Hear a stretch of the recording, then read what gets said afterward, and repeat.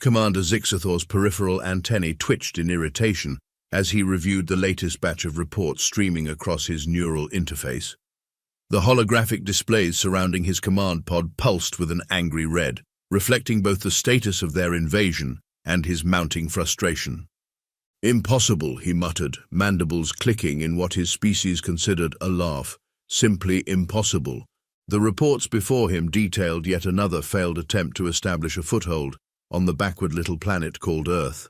3 of his best scout ships, equipped with technology that could reduce mountains to dust, had somehow been outmaneuvered by primitive chemical-propelled aircraft. "Commander?" His second-in-command, Lieutenant Vexenar, approached with characteristic caution. "The Council requests an update on the situation."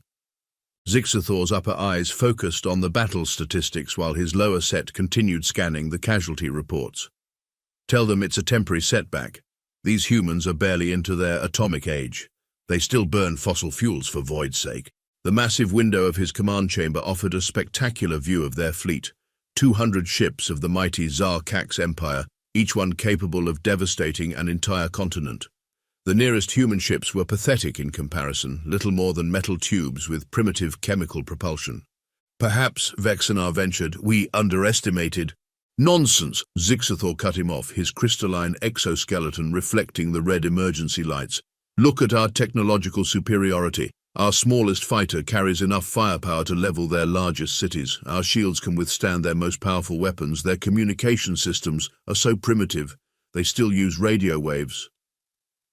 He pulled up a holographic display of Earth's military capabilities. "See, no faster than light travel, no quantum communications, no plasma weapons. They're children playing at war with sticks and stones." The commander's antennae straightened with pride as he gestured to their fleet's flagship, the Eternal Dominion. Nearly 15 kilometers of advanced alloys and energy weapons, it represented the pinnacle of Zarkax's military might. Somewhere far below, on that blue-green marble of a planet, humans were probably staring up at it in terror. "Send in the 4th wave," he ordered, already composing his victory speech in his mind. "This time, target their military installations in what they call North America. Show them what real power looks like." As Vexenar hurried away to relay the orders, Zixathor allowed himself a moment of smug satisfaction. Sure, the humans had gotten lucky a few times, but luck always runs out in the face of superior firepower. It was simply a matter of time before these primitives learned their place in the galaxy. If only he knew how wrong he was.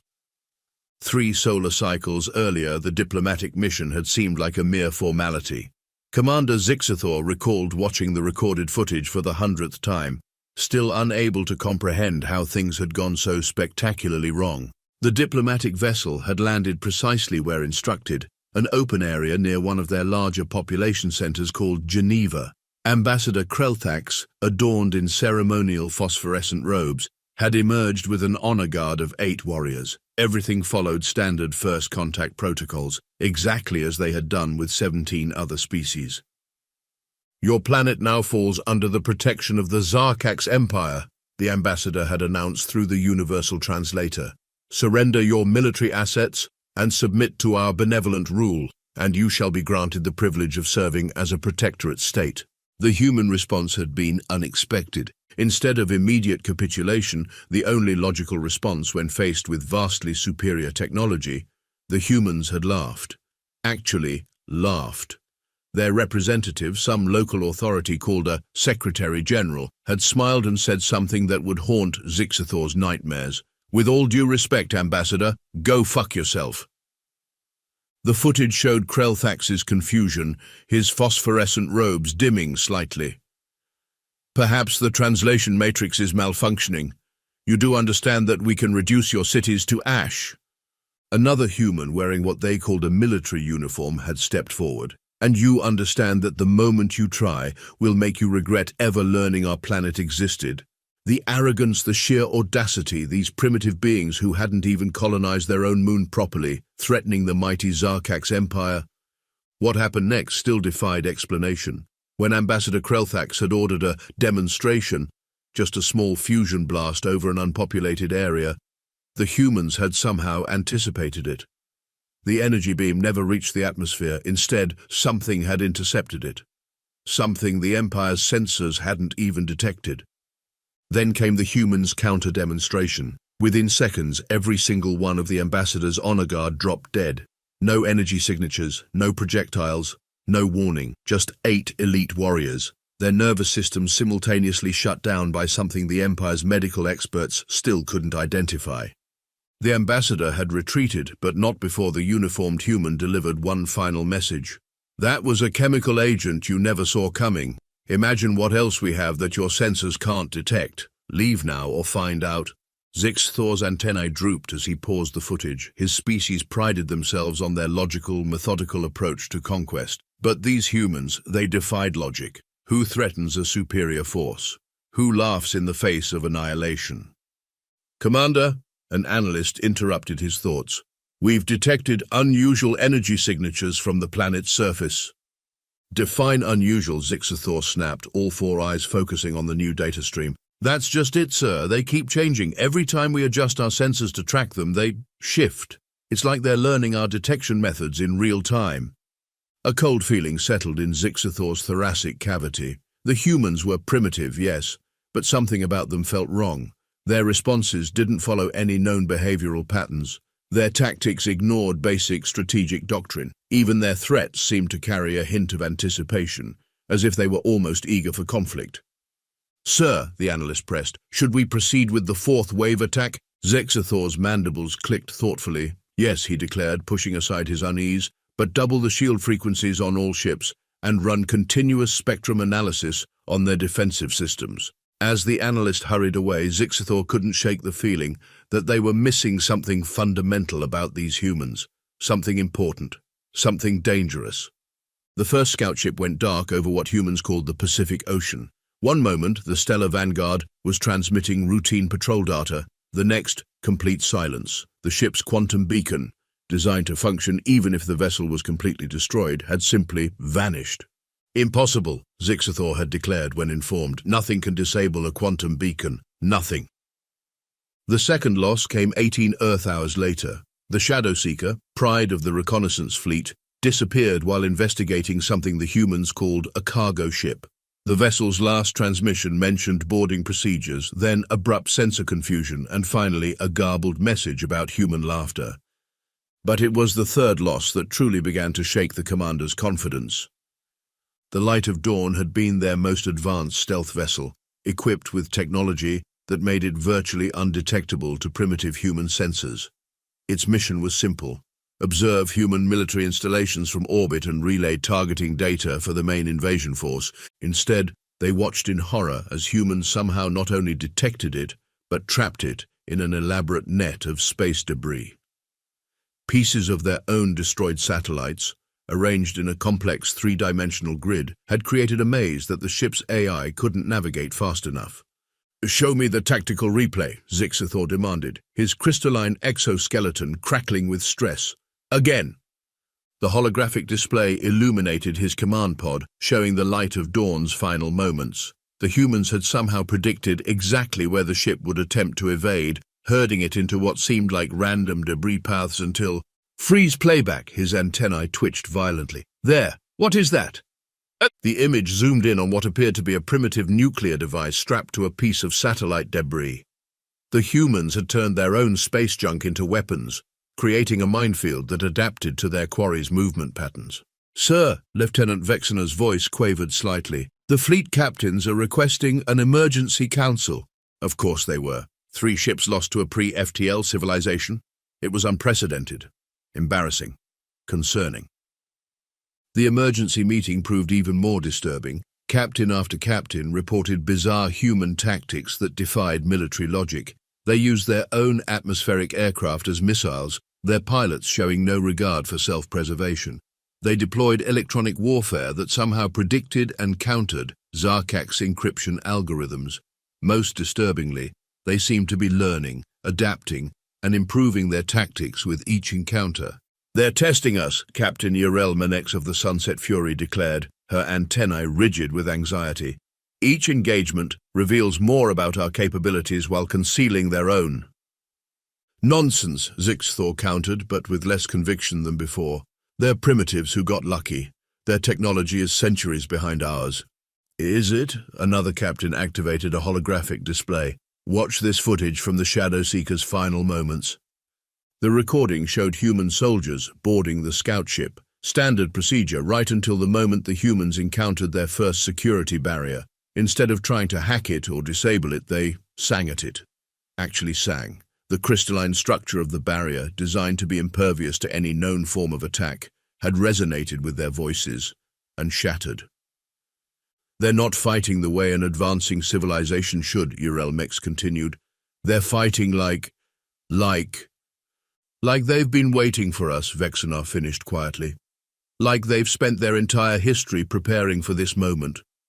The chamber fell silent as the implications sank in. The humans' erratic tactics, their seemingly suicidal courage, their bizarre technological jumps that ignored normal development patterns, it all painted a picture that none of them wanted to acknowledge. Increase shields on all remaining scout ships, Zixathor ordered, trying to mask his growing unease, and send them out in pairs from now on. We need more data before the main assault. As the captains filed out, he found himself staring at the tactical display of Earth.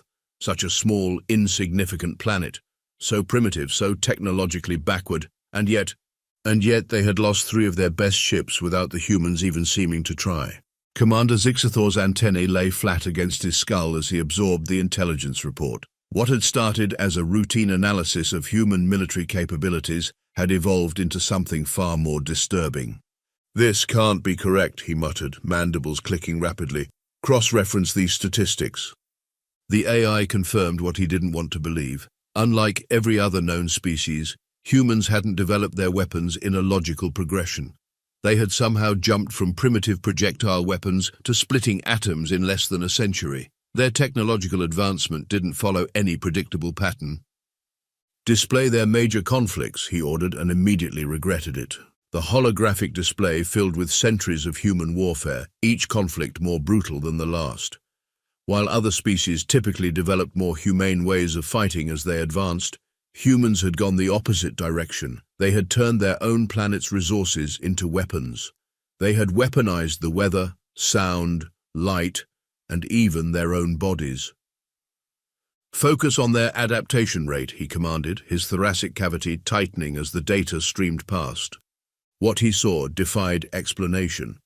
During something they called World War II, humans had gone from primitive propeller aircraft to jet engines in mere years.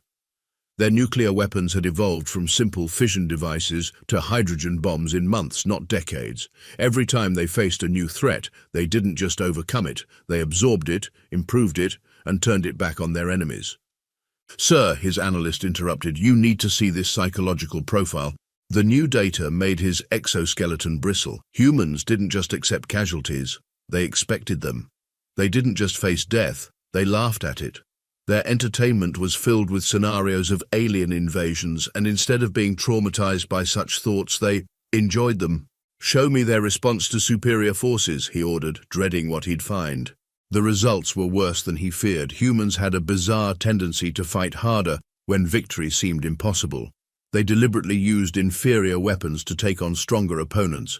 They had something called guerrilla warfare that ignored all conventional military doctrine. They turned their weaknesses into strengths in ways that simply shouldn't work. And their current military doctrine? He asked, already knowing he wouldn't like the answer. The display shifted to show modern human warfare theories. They had developed something called hybrid warfare that combined conventional weapons, economic warfare, psychological operations, and cyber attacks. They had weapons designed specifically to create fear rather than just destruction. They had turned their primitive internet into a weapon more effective than plasma cannons. But worst of all, they had spent centuries imagining and preparing for exactly this scenario.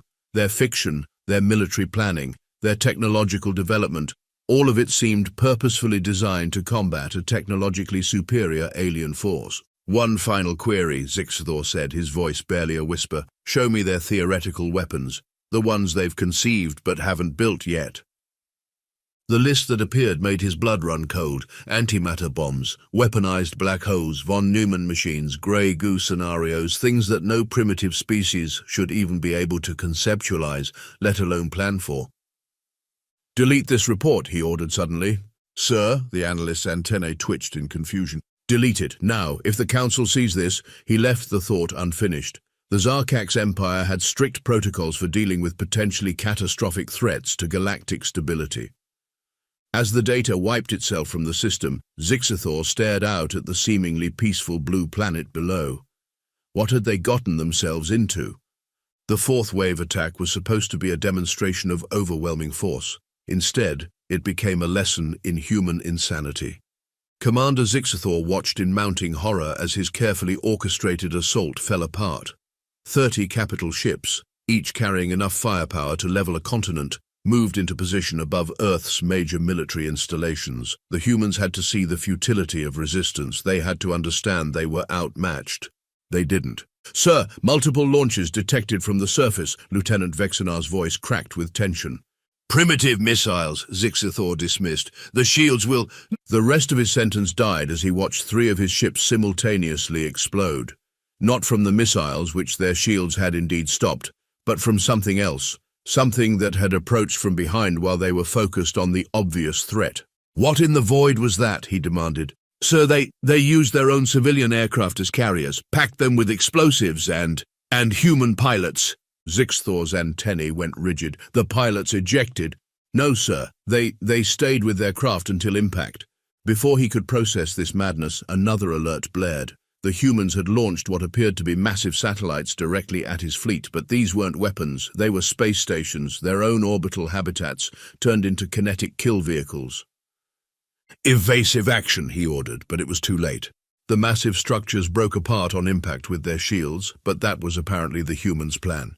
Each station shattered into thousands of pieces, creating an expanding cloud of debris that their targeting systems couldn't track effectively. Behind this cloud came their actual attack. Multiple small craft approaching. They're using the debris field as cover. Human fighters darted through the chaos, their pilots pulling maneuvers that should have killed them through G-force alone. They weren't trying to destroy the Zarkak ships. They were herding them, forcing them to adjust their positions constantly to avoid the debris. "Status report," Zixthor demanded. 8 capital ships lost, 12 severely damaged. The humans are— "Sir, they're broadcasting on all frequencies."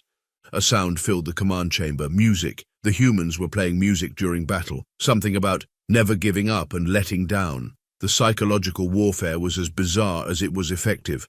"Sir, energy spike from the surface." Zixthor turned all 4 eyes to the tactical display just in time to see something impossible. The humans had waited until his ships were precisely positioned, herded there by the debris and fighter screen. Then they fired what appeared to be a massive electromagnetic pulse, but it wasn't aimed at his ships, it was aimed at the debris field. The pieces of their space stations, now revealed to be made of highly magnetic materials, suddenly accelerated toward each other. His ships, caught in the middle, found themselves in a rapidly contracting sphere of magnetized metal. "Full power to engines," he ordered. "Get us out of—" Another explosion rocked the fleet. The humans had detonated nuclear weapons at precisely calculated points around the magnetic sphere, creating a plasma field that interfered with their engines. "Sir, we're losing ships 7 and 9 through 15. Their shields are failing under the debris impacts." The humans hadn't built a weapon to defeat their shields. They'd built a trap that made their shields irrelevant. Each impact was individually insignificant, but there were millions of them striking from every angle simultaneously. "Launch all fighters, clear us a path out of—" "Sir, the humans, they're ramming our fighter bays with nuclear-powered spacecraft. They're broadcasting more music, something about highway to hell." The tactical display became a nightmare of red indicators. Human submarines, previously undetected in the depths of their oceans, launched missiles upward through the chaos. Groundside railguns fired continuous streams of projectiles, not to penetrate their shields, but to force them to keep them constantly active, draining power. "Status report, how many ships operational?" Lieutenant Vexener's voice was barely a whisper. We've lost 23 capital ships. The rest are reporting critical damage. The humans, they're not trying to destroy us completely." "What?" "They're being selective. They're capturing damaged ships, taking prisoners, learning our technology. Sir, they're adapting our own weapons to use against us in real time." The main viewer showed the horror in perfect clarity. Human engineers, wearing primitive spacesuits, were already swarming over the wreckage of their fallen ships. Their tools and techniques evolved visibly with each passing moment as they learned from what they found. "Sir," a new voice edged with panic, "we're detecting quantum signature copies. They're replicating our quantum beacons."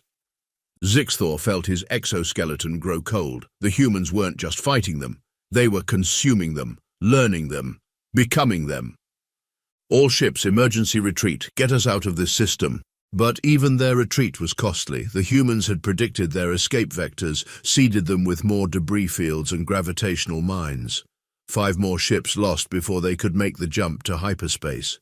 As the remnants of his once proud fleet limped away from the Sol system, Commander Zixthor stared at the casualty reports in disbelief. 30 capital ships, over 200,000 crew, all lost to a species that hadn't even achieved faster-than-light travel. But they would now. He had just handed them everything they needed to reverse engineer it. "Sir," Vexener approached cautiously, "the humans are broadcasting one final message." "What is it?" "They say, 'Thanks for the upgrades, come back any time.'" Commander Zixthor hadn't slept in 3 cycles. His crystalline exoskeleton had dulled from its usual lustrous blue to a sickly grey as he obsessively reviewed the battle footage. The command pod's holographic display surrounded him with images of destruction, each more disturbing than the last. "Play it again," he commanded, his voice hoarse. "Sector 7, time index 2347. The display showed a human vessel, little more than a primitive metal tube, deliberately ramming one of their quantum-shielded battlecruisers. The human pilot was broadcasting something called rock music on all frequencies, laughing as they struck.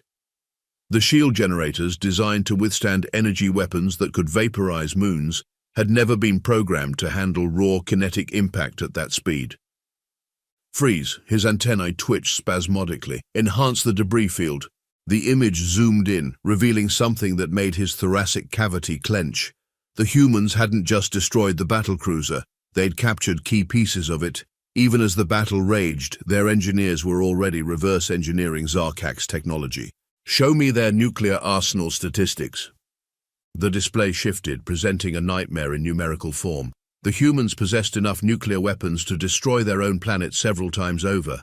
But that wasn't what made Zixthor's exoskeleton crack with stress. It was the variety, the innovation, the sheer insane creativity of their nuclear program. They had tactical nukes the size of briefcases, orbital platforms that could drop precisely calculated nuclear strikes, submarines carrying enough firepower to end civilization, lurking in oceans his sensors still couldn't properly penetrate, but worst of all, they had weapons they'd never built, theories and plans for nuclear devices that defied conventional physics. "Display their theoretical weapons development timeline." A new hologram appeared, showing human weapons research projections. They hadn't just planned for invasion, they'd methodically prepared for it. Every sci-fi movie, every space opera, every alien invasion story had been a thought experiment, a preparation for this moment. "Sir," Lieutenant Vexenar approached cautiously, "we've decoded more of their internet traffic." "Show me."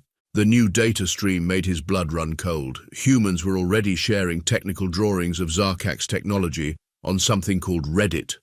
Their scientists were crowdsourcing solutions to reverse engineer alien tech. They had memes, actual jokes about stealing their invaders' technology. "Play the captured communications from Earth's military channels." The audio filled his pod. Human military leaders weren't panicking, they weren't demoralized, they were excited. Every captured piece of alien tech was being systematically studied, replicated, and improved upon. They treated the invasion not as a catastrophe, but as an opportunity. "Sir, there's more." Vexenar's antennae drooped. "We've detected unusual radiation signatures from their research facilities." The readings confirmed his worst fears. The humans weren't just copying their technology, they were hybridizing it, combining Zarkak's quantum fields with their primitive nuclear weapons.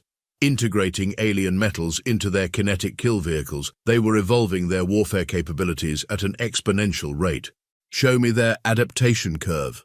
The graph that appeared defied all logic. Most species, when presented with advanced technology, took generations to understand and implement it. Humans were doing it in days. Their scientists worked in parallel, sharing information globally, each breakthrough immediately available to all. "Play the final transmission from the stellar void." The last moments of their most advanced stealth ship appeared. The humans had somehow turned their own radio broadcasts into a detection grid. They'd created a planetary-scale sensor network out of primitive technology, then used it to track and capture a vessel that should have been invisible. A new alert flashed across his display. The humans had just tested their first quantum-enhanced nuclear device. The yield was beyond anything in their previous arsenal. They'd had the theoretical knowledge, they'd just lacked the materials he had helpfully provided. "Enough," Zixthor's voice cracked. "Show me their population growth projections." The final data set broke him completely. Humans bred faster than any known sentient species. They adapted to any environment. They thrived on conflict. And now, thanks to his invasion, they had access to interstellar technology. The mathematics were brutal in their simplicity. At their current rate of technological absorption and population growth, combined with their newfound access to space travel, they would overrun the galaxy within centuries. "Delete everything," he ordered suddenly. "Sir?" Vexena's confusion was palpable. "Delete all records of their location, their capabilities, everything. No one can know what we found here. No one can know what we've unleashed." As the databases purged, Zixthor stared at the final image. A human child playing with what appeared to be a toy version of one of his ships, making explosion sounds with their mouth. They had turned his invasion into entertainment, into games for their children, into inspiration for their next wave of innovations. "Ready my shuttle," he commanded. "I need to speak to the Council personally." The galaxy needed to know. Humanity wasn't just dangerous, they were contagious. The emergency council chamber of the Zarkax Empire had never been so quiet.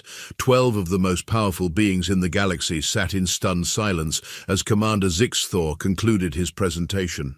His once pristine exoskeleton, now stress-fractured and grey, reflected the dim light as he delivered his final recommendation.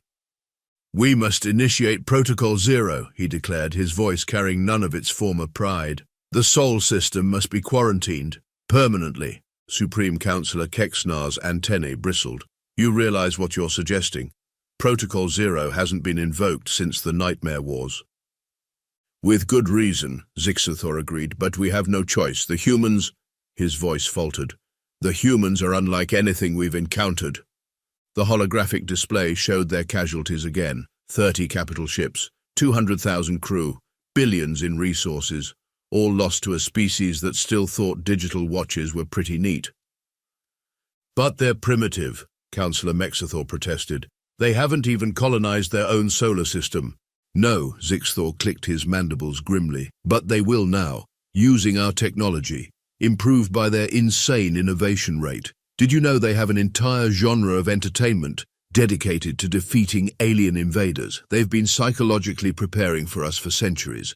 He activated another hologram showing human military response times. "Look at their adaptation curve. They don't just learn, they improvise. They don't just fight, they evolve.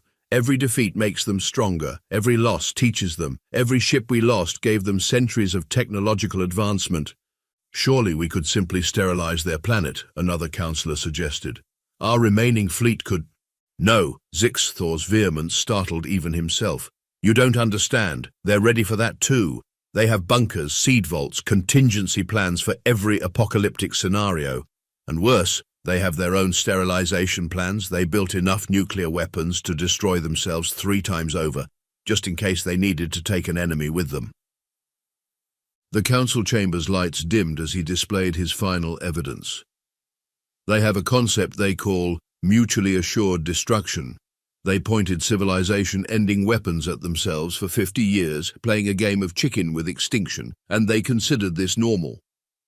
Supreme Councillor Kexanar's exoskeleton paled. "You believe they would? They would absolutely destroy themselves to destroy us, and based on their technological absorption rate, they'd probably find a way to survive it. And then they'd be angry." The council erupted in horrified clicks and whistles. The concept was alien to their logical minds.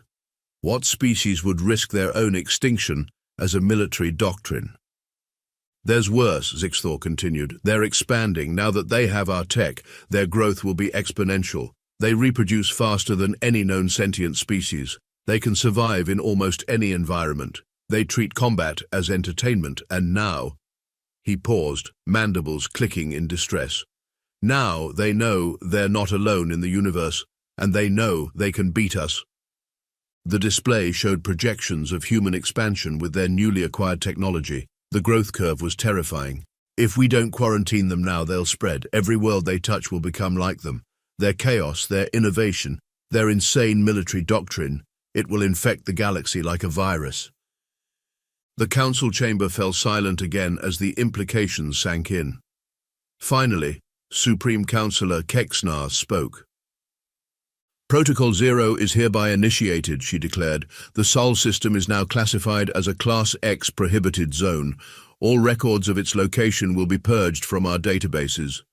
All survivors of the invasion will be sworn to secrecy. Let us pray to the void that the humans never develop their own FTL technology.